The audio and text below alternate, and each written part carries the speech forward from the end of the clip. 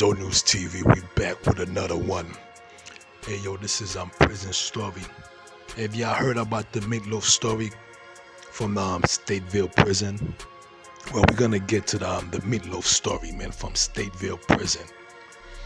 One inmate, pretty much he killed another inmate, chop his body up, and pretty much mix it with the meatloaf and serve it to the population. The story is crazy, man. Y'all stay tuned and listen to the News TV Prison Story. If y'all like this content so I could keep dropping, give me a like, comment, and subscribe, man. Boom, boom, boom.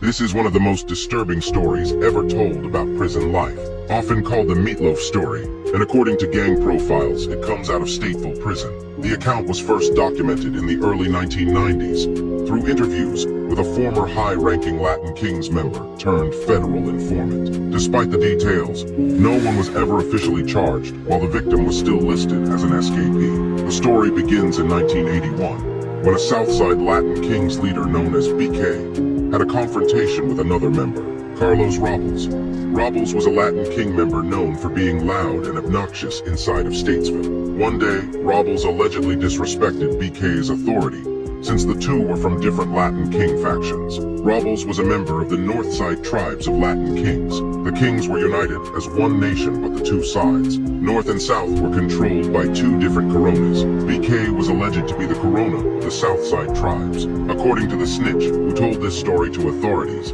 permission had to be granted before anything could happen to Robles since he was from the other side. But once it was, the order was said to be intentionally delayed. 2 years later, in 1983, Robles was in Statesville Prison just 2 days away from parole when that decision was finally carried out.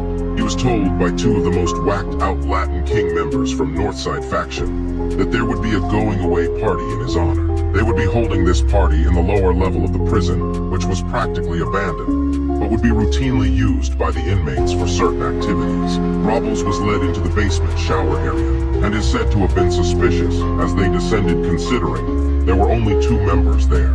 They led Robles to an isolated area inside the defunct cell house and let him know that this would be the end of the line for him. This is where the two selected members carried out the act, in a way meant to leave no trace behind.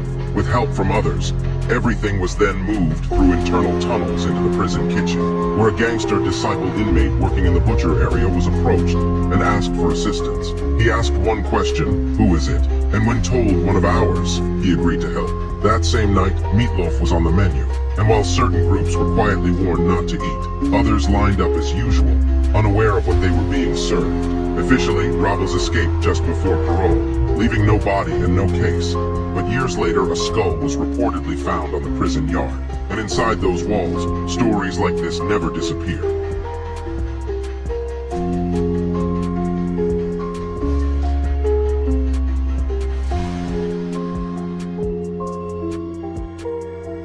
Like and subscribe for more True Street content.